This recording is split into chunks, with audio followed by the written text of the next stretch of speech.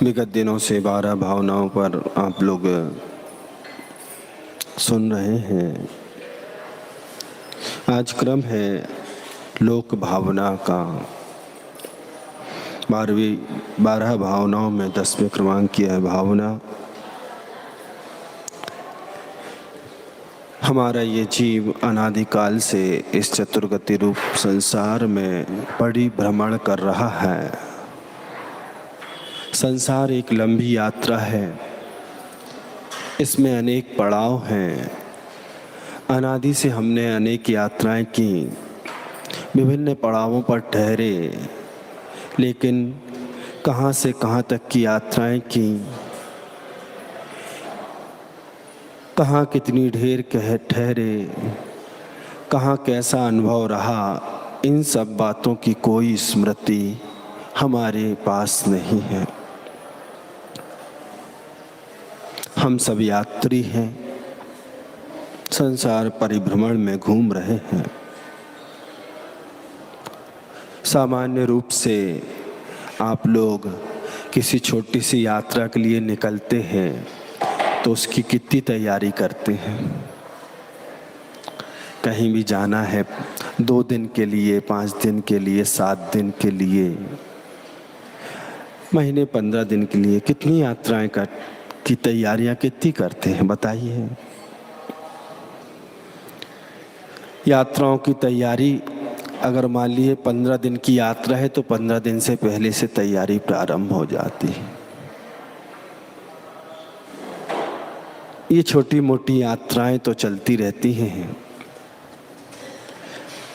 घूमते रहते हैं, आप लोग आते जाते रहते हैं। जब इन छोटी छोटी यात्राओं की इतनी तैयारी है तो इस अनादिकालीन यात्रा की क्या तैयारी है। आज योग संयोग से अच्छा कुल मिल गया, गुरुओं की माध्यम से प्रभु की वाणी मिल गई।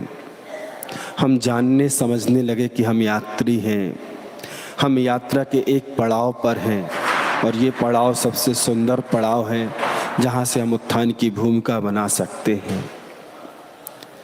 तो हमारी यात्रा अनवरत जारी है। हमें मूल्य समझना है अपने इस दुर्लभ भाव का, यात्रा का लेखा जोखा रखना है। छोटी सी यात्रा करके 15 दिन में लौट के आते हैं तो लौटने के बाद उन सारी स्मृतियों को अपने जहन में सजो करके रखते हैं, उनके अनुभवों को, उनके पाठ को पढ़ते रहते हैं। लेकिन संसार की इतनी लंबी चौड़ी यात्रा, अंतहीन और अंत की यात्रा जिसमें तुम अनादि, अनंत की यात्रा जिसमें तुम अनादि से परिभ्रमण कर रहे हो, इस यात्रा का विवरण तुम्हारे पास नहीं है। आज हम उसे समझने का प्रयास करें। 10वीं भावना लोक भावना का मतलब है अपनी आत्मा का अंतः विश्लेषण करना।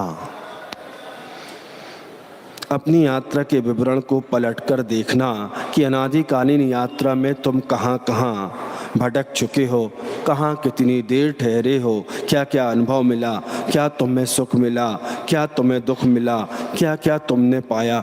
इस सब का अनुचिंतन करने का नाम लोक भावना है, अर्थात हमारी संसार की इस अनादिकालीन यात्रा का लेखा जोखा। 14 राजू तंग नव लोक पुरुष संठान, तामें जीव अनादित हैं भरमत हैं विन ज्ञान। यह लोक भावना का ऊपरी स्वरूप है, लोक के आकार का ऊपरी स्वरूप है। जैन दर्शन के अनुसार एक पुरुष खड़ा हुआ है, दोनों पैरों को फैलाए हुए, कमर पे हाथ रखे हुए। यह आकृति इस 3 लोक की है। 14 राजू क्या है तो यह क्षेत्र को मापने का एक पैमाना है। लोग 14 राजू का है, उतंग है, लोक पुरुष संठान पुरुष के अनुसार है। तामे जीव अनादित्य भरमत हैं बिन ज्ञान। आज तक हमें ज्ञान नहीं हुआ, इसलिए हम उसमें परिभ्रमण कर रहे हैं। यह भटकन कब समाप्त होगी? हम अनादिकाल से संसार में भटक रहे हैं, लेकिन बड़ी विडंबना यह है कि इस भटकन की हमें कुछ भी स्मृति नहीं है। सारी कहानी हमारी उस आत्मतत्व चेतना में संग्रहित है, लेकिन वह हमारी स्मृति की पटल पर या स्क्रीन पर नहीं आ पा रहा है। वह फाइल खुल नहीं पा रही है। आत्मतत्व में पढ़ा तो सब है, फीड तो सब है, लेकिन वो फाइल खुल नहीं पा रही है। काश वह फाइल खुले और हम अपनी स्मृति की स्क्रीन पर देखें, तो फिर ज़्यादा उपदेश देने की ज़रूरत नहीं पड़ेगी। जैन परंपरा में एक शब्द का उस पर उपयोग होता है, जाति स्मरण। जाति स्मरण का मतलब है अपने पूर्व जन्मों की स्मृति। ऐसा कहा जाता है कि मनुष्य को जाति स्मरण हो जाता है जिस मनुष्य को, तो उसे सम्यक दर्शन की प्राप्ति सहजता से होती है, यानी सही दृष्टि उपलब्ध हो जाती है। जब हम अपने अतीत के जन्मों की झांकी को देखते हैं तो हम महसूस करते हैं कि हमारा अतीत क्या था, उसका क्या परिणाम मुझे मिला। हमारा जीवन अपने आप परिवर्तित हो जाता है। अनुमान केवल हम इस बात से लगा सकते हैं कि जब हम अपने से जीवन में कोई गलती कर बैठते हैं और उस गलती का खामियाजा हमें भुगतना पड़ता है, तो हम एक अनुभव का पाठ पढ़ लेते हैं और गलती दोबारा नहीं दोहराते हैं।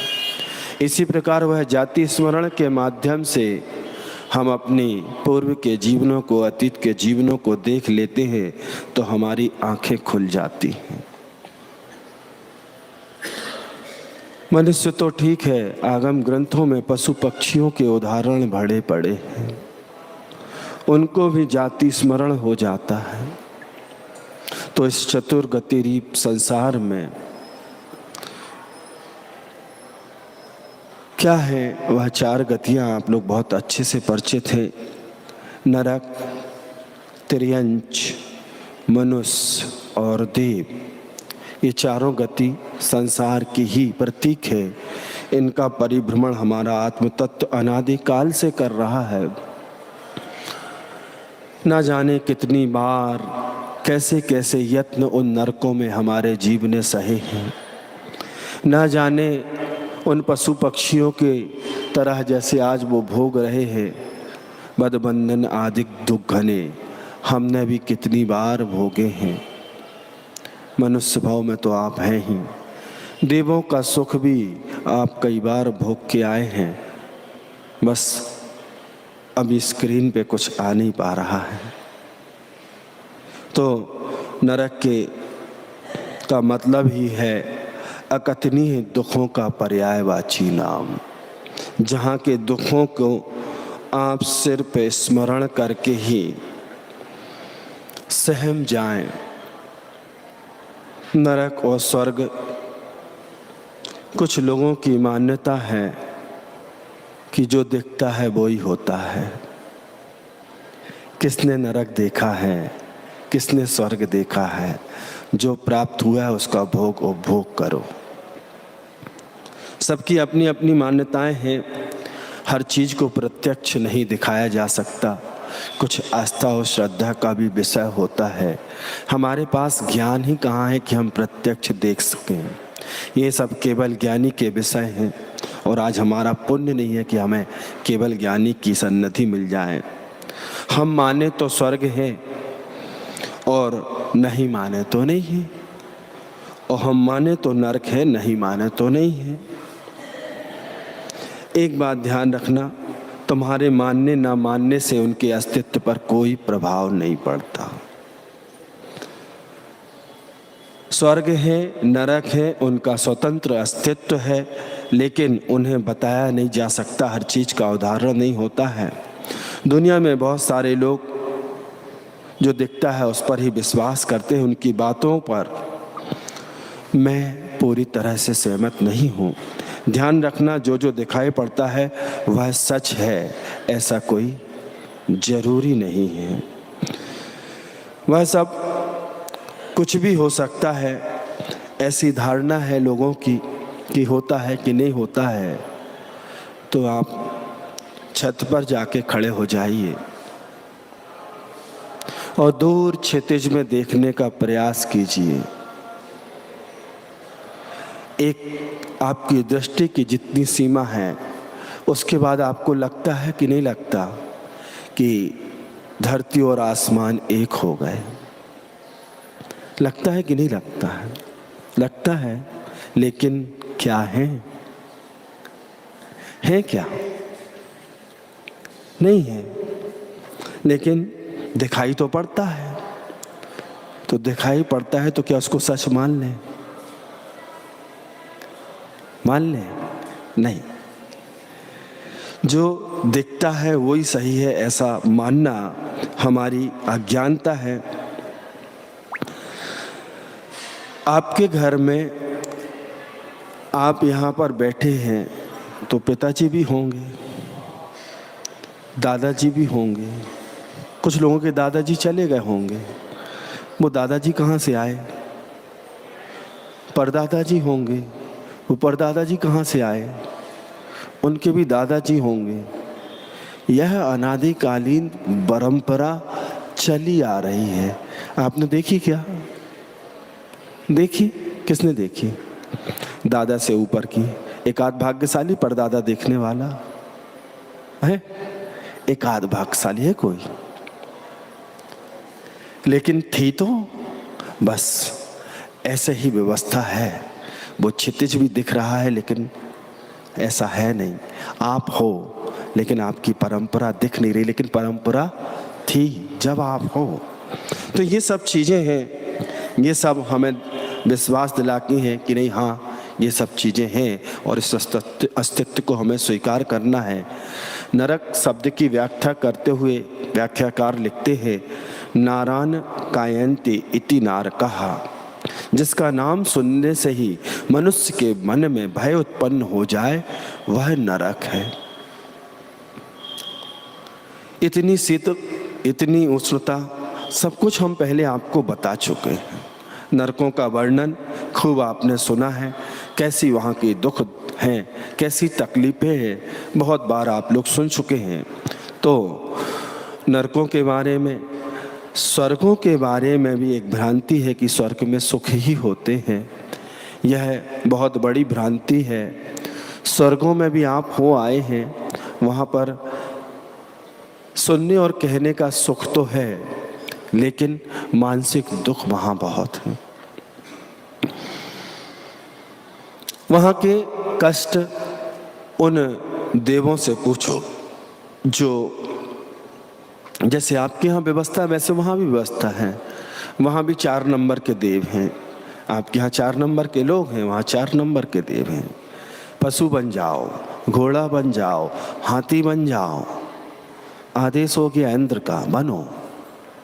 खड़े हैं द्वारपाल की जैसे, गेट के अंदर नहीं आ सकते हो। तो वो उसको हमने किया तो पुरुषार्थ, लेकिन समीचीन नहीं किया, सम्यक नहीं किया, सम्यक दर्शन के साथ नहीं आया, तब व्रताचरण के साथ नहीं आया। तो आज जी देखो राज कर रहे हैं। ये इनके पास फैसिलिटी थी, वो हमारे पास नहीं थी, लेकिन हम पहुंच गए थोड़े से पुण्य से। तो वो वहाँ पर नौकर चाकर की तरह उनकी सेवा में रहते हैं। बहुत मानसिक दुख पूरे जीवन भर वहाँ पर भोगते हैं। पशु शब्द सिर्फ अपने आप में ही पीड़ा का प्रतीक है। ठंडी, गर्मी, बरसात, वह त्रियंश। जैन दर्शन में 2 प्रकार के प्राणी माने गए हैं, एक स्थावर और एक तरस। स्थावर वर्ग के प्राणी जो हैं वह एक इंद्रिय कौन कौन से होते हैं सब हम बता चुके हैं, इसलिए हम जल्दी जल्दी चल रहे हैं। पृथ्वी, जल, अग्नि, वायु और वनस्पति, ये सब त्रियंच में ही इनको गिना जाता है। पशु पक्षी तो हैं ही, 2 इंद्री से लेके 4 इंद्री तक, 5 इंद्री तक के पशु, और 5 इंद्री मनुष्य तो होते ही हैं। तो मनुष्य अलग है, तिर्यंच अलग है। तो 1 इंद्री में स्थावर, 2 इंद्री से त्रस प्रारंभ हो जाती है, इल्ली, 3 इंद्री की चींटी आदि, 4 इंद्री में भौरा आदि, मच्छर आदि, 5 इंद्री में अन्य पशु जो आप देखते हैं, गाय, भैंस, बैल आदि आदि। तो सब में प्राण है और ये सब उस दुखों को वहाँ पर सहन कर रहे हैं। हम जैसा बोएंगे वैसा काटेंगे। एक वैज्ञानिक हुए हैं उमाटो, उन्होंने शोध किया। विज्ञान ने बहुत दिन तक स्वीकार नहीं किया कि ये 1 इंद्री के जीव हैं, लेकिन उनके शोध के बाद जगजीत चंद्र बसु, उनके अनुसंधान के बाद उमाटे जी ने भी अनुसंधान किया और उन्होंने एक बहुत सुंदर उदाहरण प्रस्तुत किया। और आज का आधुनिक विज्ञान भी अब स्वीकार कर रहा है कि इनमें भी जीव है, वनस्पति भी जीव है, जल भी जीव है। जल को एक निश्चित तापमान पर रखा गया और ये उदाहरण हमने एक बार और दिया है, आपको पुनः दे रहे हैं कि एक जल के सामने हम अपनी भावनाएं अभिव्यक्त करते हैं प्रार्थना के रूप में, और एक के सामने अपशब्द के रूप में। और आज बहुत टेक्नोलॉजी विकसित है, किस्म किस्म के फोटोग्राफी के कैमरे आ रहे हैं। उन दोनों जल की प्रार्थना के बाद, अपशब्द कहने के बाद, निश्चित तापमान पर रखने के बाद यदि फोटोस लिए जाएं, तो जिसके सामने प्रार्थना की गई थी उसके क्रिस्टल फूल की तरह दिखते हैं, सुंदर आकृति में दिखते हैं, और जिसके सामने अपशब्द कहे गए थे उसके बिखरे हुए दिखते हैं। तो ये सब परिणति कैसे हुई? उसके पास चेतना है। 1 इंद्री के पास 4 प्राण हैं। कौन कौन से प्राण हैं 4? कोई बताएगा? हम बता देते हैं। आयु है, श्वासोच्छ्वास है, ठीक है, और इंद्री में 1 इंद्री श्वसन इंद्री है, और बल में 1 बल काय बल है। ये 4 प्राण तो संसार के प्रत्येक प्राणी में कॉमन पाए जाएंगे। जैसे जैसे विकास होगा तो उन्होंने, ओमाटो जी ने लिखा कि नहीं, ये जल भी संवेदना को ग्रहण कर रहा है। इसके सामने जैसी अभिव्यक्ति की गई उसके अनुसार इसमें परिणाम दिखने में आ रहे हैं। तो उन्होंने स्वीकार किया, आज का साइंस भी धीरे धीरे इस बात को स्वीकार कर रहा कि हाँ, 1 इंद्रिय जीव में प्राण होते हैं। मनुष्य गति सागर के जैसे, जिसमें इच्छाएं पाई जाएं। कितनी इच्छाएं हैं मनुष्य की, बताओ, कितनी आकांक्षाएं हैं। मनुष्य जीवन में भी मैंने जो दुख पाए वे साधारण नहीं हैं। कई बार मनुष्यों की ऐसी दशा पाई गई कि जन्म लेते ही माँ बाप की छाया उठ गई, विकलांग हो गए, ना जाने कैसे कैसे कृत्य कर्मों की जैसी करनी वैसी भरनी के अनुसार उस जीव के साथ मनुष्य जन्म मिल गया, उत्तम कुल मिल गया तो माता पिता की छाया उठ गई। उत्तम कुल मिल गया तो इतनी दरिद्रता है कि पल्लेदारी करना पड़ रही। ये सब कर्मों की लीला है। पहनने को वस्त्र नहीं है, खाने को रोटी नहीं है, जूठन खा रहे हैं। कई बार विकलांग हुआ, विद्रूप हुआ, घोर दुखों को भोगा मनुष्य की पर्याय में भी रह के। और स्वर्गों की बात तो आप लोगों को मैं बता ही चुका हूँ। जैसे हाथी के दांत, स्वर्ग हाथी के दांत खाने के और दिखाने के और। आचार्य ज्ञान सागर महाराज एक बहुत सुंदर उदाहरण दिया करते थे। आत्मिक सुख संसार में कहीं नहीं, चाहे वह नरक हो, नारकी हो या स्वर्ग के देव हो, दोनों दुखी हैं। वो उदाहरण देते थे कि दो व्यक्तियों को मान लीजिए शीत का ज्वर हो गया, शीत का ज्वर हुआ। एक व्यक्ति को शीत के निवारण के लिए कंबल उपलब्ध है और वह कंबल ओढ़े हुए है, लेकिन दूसरे के पास ओढ़ने के लिए कुछ भी नहीं है। एक कंबल ओढ़ के ठिठुर रहा है, दूसरा बिना कंबल ओढ़े ठिठुर रहा है। ठिठुर तो दोनों ही रहे हैं। स्वस्थ कोई नहीं है, चाहे नरक के नारकी हो और चाहे स्वर्ग के देव हों। किसी न किसी प्रकार से तो कष्ट में उनका जीवन पड़ा ही हुआ है। कहूँ न सुख संसार में, सब जग देखो छान। तो यह संसारी प्राणी की दशा है। इस चतुर्गति रूप संसार में वह भटक रहा है। क्या कह रहे हैं कविराज? लोक अलोक आकाश माहि थिर निराधार जानो, पुरुष रूप कर कटी भई सट द्रव्य न सो मानो। इसका कोई न करता हरता अमिट अनादि है, जीव और पुद्गल नाचे या में कर्म उपाधि है। पाप पुण्य सो जीव जगत में नित्य सुख दुख भरता, अपनी करनी आप करे सिर औरन के धरता। मोह कर्म को ना समेट कर सब जग की आशा, निज पद में थिर होए लोक के शीस करो बासा। यह जो लोकालोक है यह सब निराधार है, कोई इसको बनाने वाला नहीं है, पुरुषाकार है।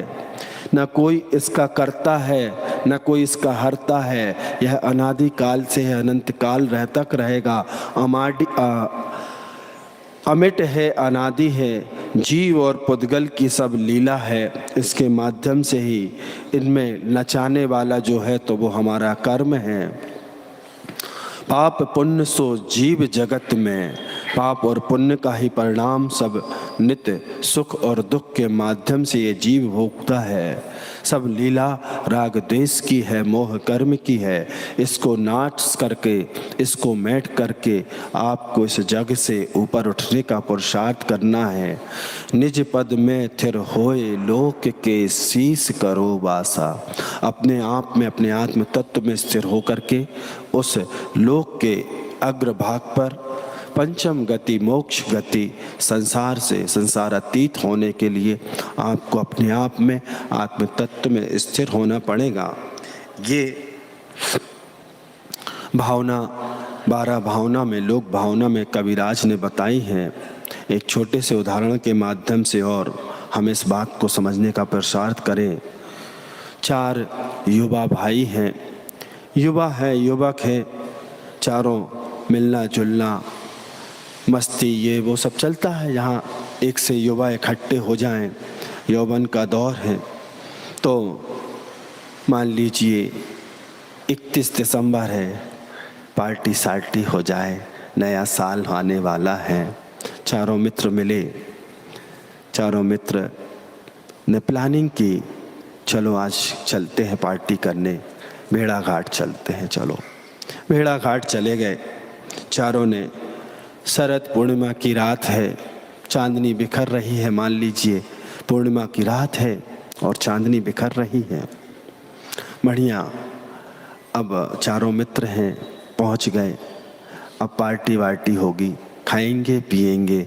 आजकल बिना खाए पिए पार्टी कहाँ होती है, खाने के साथ साथ पीने का भी शौक है। तो कुछ लुत्फ उठाया जाए, कुछ आनंद मनाया जाए। पहले खा पी करके तैयार हुए, पीने के बाद थोड़ी मदहोशी आ गई।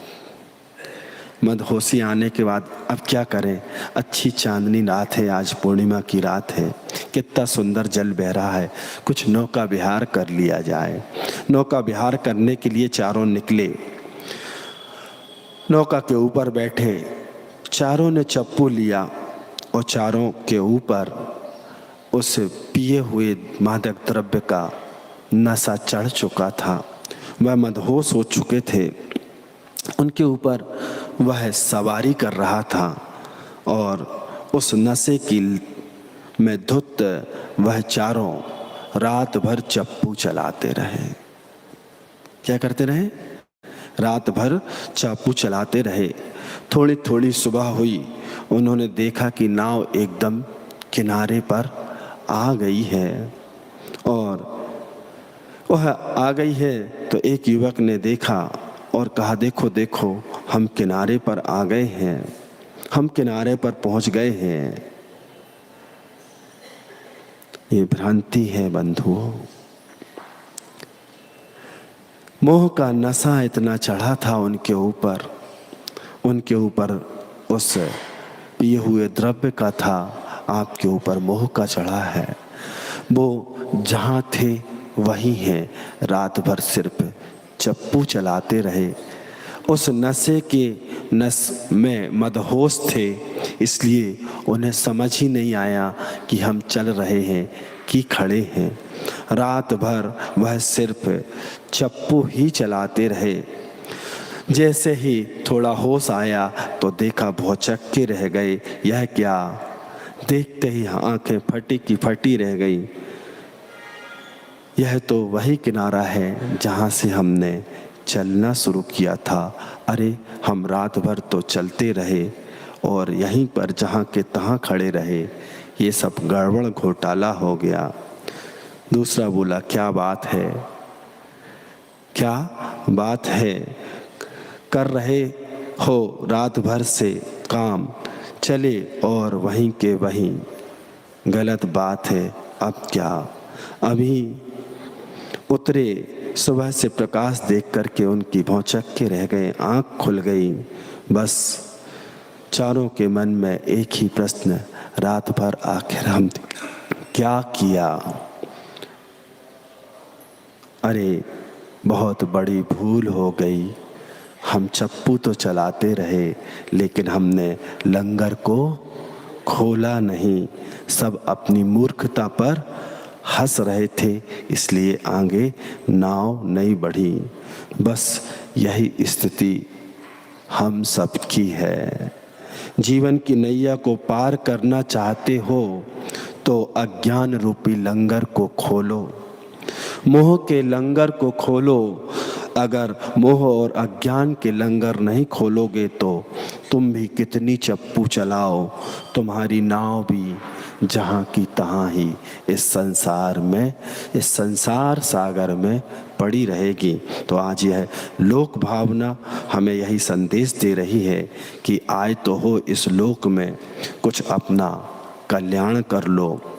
यह हाल प्रत्येक प्राणी का है। सबकी आंख में उस मोह की पट्टी चढ़ी हुई है। जब तक हम इस मोह की पट्टी को नहीं खोलेंगे, सत्य का बोध नहीं हो सकता।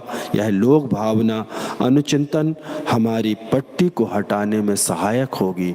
यही लोक भावना कह रही है कि इन सब से ऊपर उठने का पुरुषार्थ करो, तब ही तुम्हारी आध्यात्मिक यात्रा प्रारंभ हो पाएगी, आत्म विकास की यात्रा प्रारंभ हो गई। तो इस प्रकार से आज आप लोगों ने लोक भावना को जाना। लोक भावना यही संदेश दे के जा रही है कि इस लोक में उलझो नहीं। उस लोक के चतुर्गति रूप संसार में ये आत्म तत्व अनादिकाल से भटक रहा है, इससे ऊपर उठने का पुरुषार्थ करें।